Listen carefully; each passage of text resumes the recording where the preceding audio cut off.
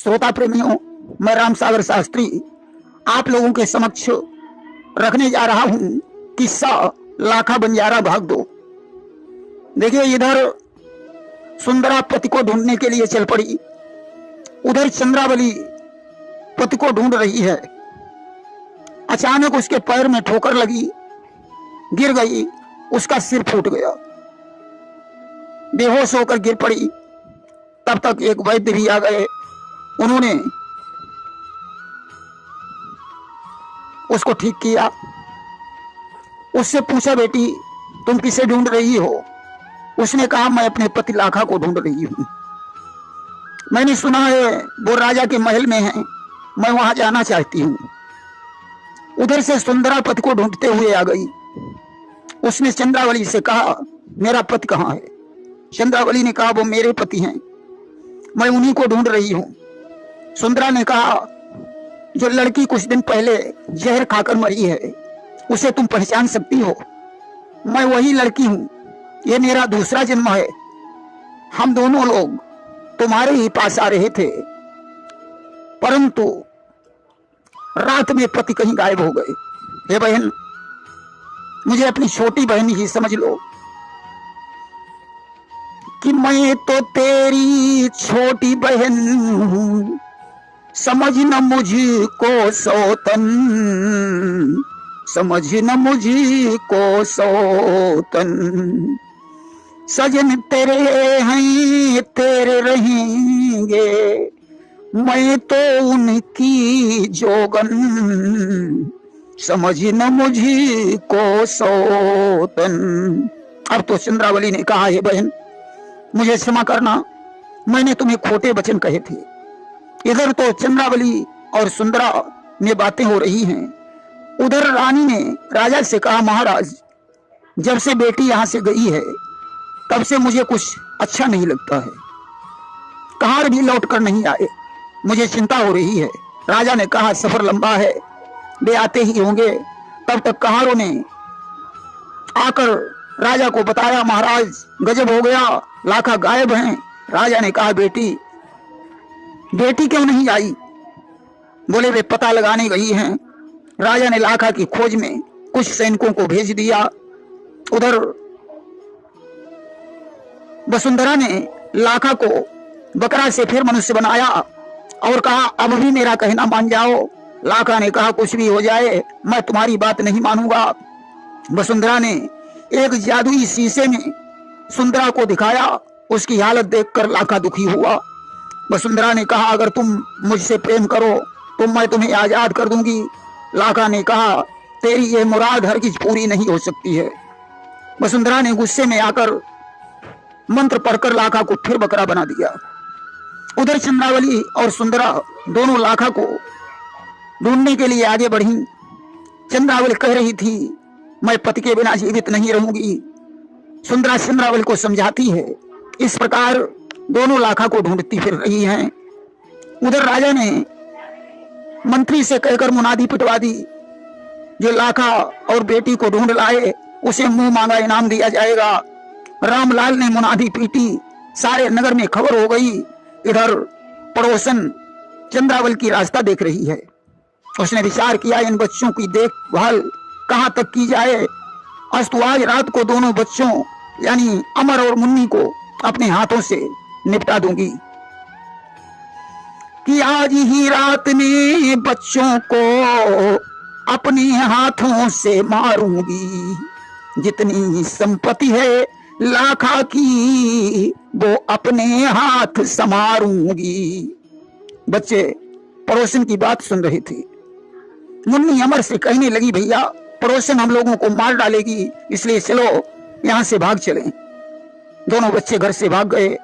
सारी रात चलते रहे। सवेरे गंगा जी के तट पर पहुंचे। उन्होंने मल्लाह से कहा, भैया मुझे उस पार कर दो। मल्लाह ने नाव पर बैठाया। जब नाव बीच धार में पहुंची तो मल्लाह पूछने लगा, बेटा तुम्हारे माता पिता का क्या नाम है? अमर ने कहा, मैं लाखा बंजारा का पुत्र हूं, चंद्रावली मेरी माता है। पिताजी व्यापार से लौट कर नहीं आए। माता पड़ोसन के पास मुझे छोड़कर पिता को ढूंढने चली गई। पड़ोसन हम लोगों को जान से मारना चाहती थी, इसलिए हम लोग भाग आए हैं। मल्लाह ने कहा अब चिंता मत करो, तुम लोग हमारे पास रहो, हम तुम्हारी देखभाल करेंगे।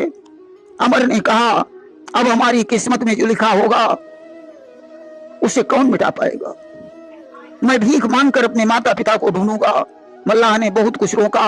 दोनों बच्चे मल्लाह को प्रणाम करके चल पड़े। धीरे धीरे दोनों एक नगर में पहुंचे। उन्हें भूख लगी हुई थी। अमर ने एक दरवाजे पर भिक्षा मांगी और कैसे मांग रहा है कि हम दोनों हुए अनाथ, भीख मोहि दे माई, छोड़ पिता परदेश सिधाए, लौट आज तक घर ना आए, उन्हें ढूंढ रही मेरी मात, भीख मोहि दे माई, हम दोनों हुए अनाथ, भीख मोहि दे माई। उस घर में एक सुशील स्त्री रहती थी। रोटी लेकर आई, प्रेम से उन्हें खाना खिलाया। इसके बाद उसने पूछा बेटा तुम्हारे माता पिता का क्या नाम है। उन्होंने कहा मेरे पिता का नाम लाखा और माता का नाम चंद्रावली है। स्त्री ने विचार किया कहीं लाखा राजा का दामाद तो नहीं है जिसके कारण मुनादी हुई है। चलो राजा के पास इन बच्चों को लेकर चलें तो राजा मुझे कुछ इनाम देगा। वह बच्चों से बोली बेटा मेरे साथ चलो, मैं तुम्हारे माता पिता से तुम्हें मिला दूंगी। स्त्री दोनों बच्चों को लेकर राजमहल को चल पड़ी। उधर दोनों नारियां लाखा को ढूंढ रही हैं। शाम को एक पेड़ के नीचे लेट गईं, दोनों सो गईं। रात को चंद्रावली ने सपना देखा कि मेरे स्वामी किसी बड़ी मुसीबत में फंसे हैं। सुंदरा ने समझाया बहन अभी सो जाओ, सवेरे देखा जाएगा। उस पेड़ के ऊपर यक्ष और यक्षिणी रहते थे। यक्षिणी ने यक्ष से पूछा स्वामी इतनी रात को कौन रो रहा है। यक्ष बोला इन दोनों का एक ही पति है, वो खो गया है, उसी को दोनों ढूंढ रही हैं। यक्ष और यक्षिणी की बातें सुनकर सुंदरा जग गई। उसने चंद्रावली को भी जगाया, बहन उठो देखो कोई कुछ कह रहा है। यक्षिणी ने कहा स्वामी इनके पति का नाम क्या है।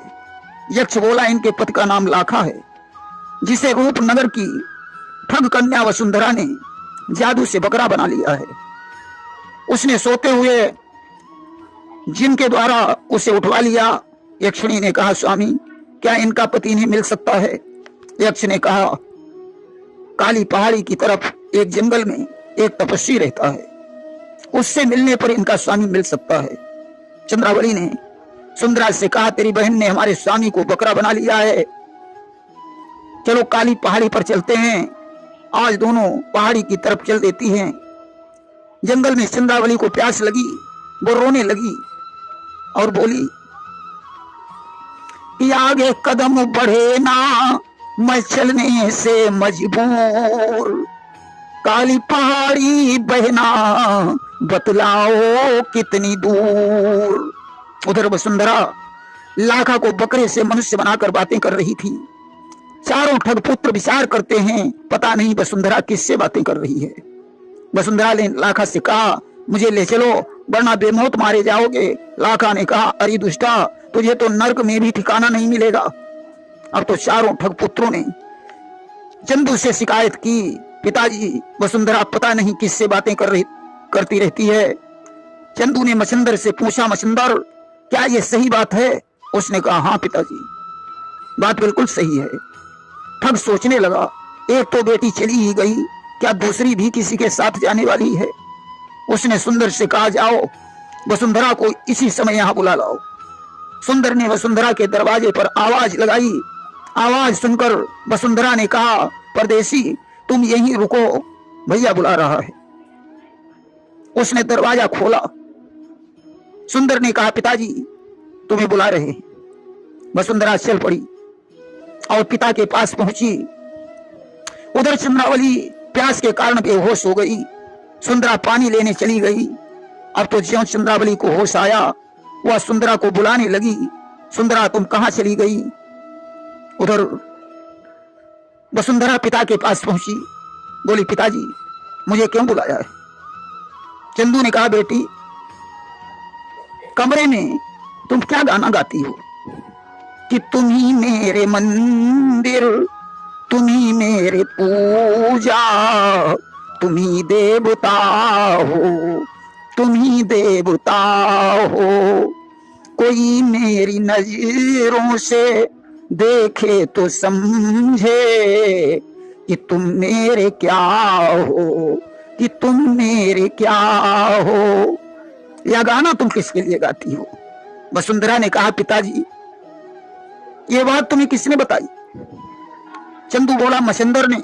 वसुंधरा ने कहा, पिताजी मैं तो अपने देवता की पूजा करती हूँ और उसी की आरती करती हूँ। ये आरती का गीत है कि तुम ही देवता हो। चंदू बोला, बात ठीक है, जा बेटी तो अपने देवता की आरती कर। वसुंधरा लौट आई। उधर सुंदरा पानी ढूंढते ढूंढते बियावान जंगल में रास्ता भूल गई। इधर चंद्रावली एक पेड़ के पास बैठकर रोने लगी कि अब तो सुंदरा भी मुझे छोड़कर चली गई। वह अपने प्राण देने पर तुल गई। जब जंगल में पानी नहीं मिला तो सुंदरा वहां से लौट पड़ी। उस चंद्रावली को पुकारने लगी। उस जंगल में एक निशाचर और एक निशाचरी रहते थे। राक्षसी ने ज्यों उसकी आवाज सुनी और राक्षस से बोली, या तो किसी स्त्री की आवाज है, चलो पकड़कर उसका भोजन बनाएं। दोनों उसे पकड़ने के लिए चल पड़े। उधर यक्षिणी ने यक्ष से कहा, स्वामी इस समय वे दोनों औरतें कहाँ हैं? यक्ष ने कहा, वे जंगल में अलग अलग हो गई हैं। चंद्रावली काली पहाड़ी पर है जो अपने प्राण देने पर तुली है और सुंदरा को जंगल में राक्षस पकड़ने जा रहा है। यक्षिणी ने कहा, स्वामी तत्काल वहां चलो वरना वो राक्षस उसे मार डालेगा। आज यक्ष और यक्षिणी दोनों चल पड़े और उधर वह स्त्री जिसने अमर को भोजन कराया था दोनों बच्चों को लेकर राजा के महल पर पहुंची। उसने द्वारपाल से कहा, जाकर महाराज को संदेश दे दो कि एक स्त्री दो बच्चों को लेकर आई है। राजा ने स्त्री को अंदर बुलाया। स्त्री ने दोनों बच्चे राजा को दे दिए। राजा ने उन्हें छाती से लगा लिया। उनका नाम पूछा, बताया मेरा नाम अमर है और बहन का नाम मुन्नी है। राजा बोला, तुम लोग मेरे पास रहो, तुम्हारे माता पिता मिल जाएंगे। स्त्री को इनाम देकर विदा कर दिया। राजा उन बच्चों को लेकर महलों में पहुंचा। रानी ने पूछा, ये किसके बच्चे हैं? राजा ने बताया, ये लाखा और चंद्रावल के बच्चे हैं, एक स्त्री लेकर आई थी। इधर तो बच्चे राजा के पास पहुंच गए। उधर राक्षसी को लेकर चल पड़ा। जब वह सुंदरा के पास पहुंचा तो उसे देखकर सुंदरा भाग खड़ी हुई। राक्षस ने कहा कि कर याद हृदय से ईश्वर को, मैं तुझे शिकार बनाऊंगा। इस वन में आने के बदले उस वन की हवा खिलाऊंगा। तब तक यक्ष देव प्रकट हो गए। यक्ष ने कहा, याद रख राक्षस, यदि तूने इसका संहार किया तो मैं तुझे श्राप दे दूंगा। तेरी पत्नी मर जाएगी और तेरा सिर कटकर जमीन पर गिर जाएगा। तुझे याद होना चाहिए, कुछ दिन पहले इसी वन में राजा नल का राक्षसों के साथ युद्ध हुआ था। उन्होंने सभी राक्षस मार डालने का प्रण किया। उसी समय लाखा बंजारा आ गया। उसने राजा नल से विनय की कि इन राक्षसों को छोड़ दो। राक्षसों की जिंदगी बचाई। उसी दिन से इस वन का नाम लखिया वन पड़ गया। और तू आज लाखा की स्त्री को खाना चाहता है। इसे काली पहाड़ी पर पहुंचा। राक्षस ने काली पहाड़ी पर पहुंचा दिया। चंद्रावली से मिलन हुआ। राक्षस और राक्षसी उनकी देखभाल करने लगे। और उधर राजा ने पूजा करके जिन को प्रकट किया और जिनसे कहा, लाखा जहां कहीं भी जिस रूप में हो उसे उठा लाओ। जिन उस बकरे को उठा ले गया। राजा ने जिन से असली रूप प्रकट करने को कहा। जिन ने बकरे से लाखा बना दिया। लाखा को सुंदरा की याद आई। बोला, मैं यहां कैसे पहुंचा? मेरी पत्नी सुंदरा कहां है? राजा बोले, यही तो मैं तुमसे पूछना चाहता हूं। लाखा ने कहा, जब मैं आपके घर से विदा हुआ तो रात को एक पेड़ के नीचे सो गया और मैं वसुंधरा के पास पहुंच गया। राजा ने कहा, जिन मेरा गुलाम है, मैं चंद्रा और सुंदरा को बुला लूंगा। राजा ने जिन से कहा, जाओ चंद्रा और सुंदरा को ढूंढ कर ले आओ। लाखा ने माथे की पट्टी दे दी। बोला ये मेरी पहचान है, उन्हें दिखा देना, वे तुम्हारे साथ चली जाएंगी। जिन चंद्रा और सुंदरा के पास पहुंचा, कहा चलो, लाखा ने बुलाया है। तब तक राक्षस आ गया। उसने कहा इन्हें कहां लिए जा रहे हो? जिन ने कहा इनके पति ने इन्हें बुलाया है। जिन ने लाखा के माथे की पट्टी दिखाई। राक्षस को विश्वास हो गया। आज राक्षस राक्षसी से आज्ञा लेकर दोनों जिनके साथ चल पड़ी, महल में आई। अब तो खुशियों की वर्षा होने लगी। चंद्रावली ने कहा मेरे बच्चे तो पड़ोसन के पास हैं। राजा ने कहा वो बच्चे मेरे घर आ चुके हैं। इस तरीके से आज लाखा बंजारा काफी दिनों तक राजा के यहाँ रहा। इसके बाद पत्नी और बच्चों को लेकर अपने देश को चला गया। प्रेम से बोलिए वृंदावन बिहारी लाल की जय।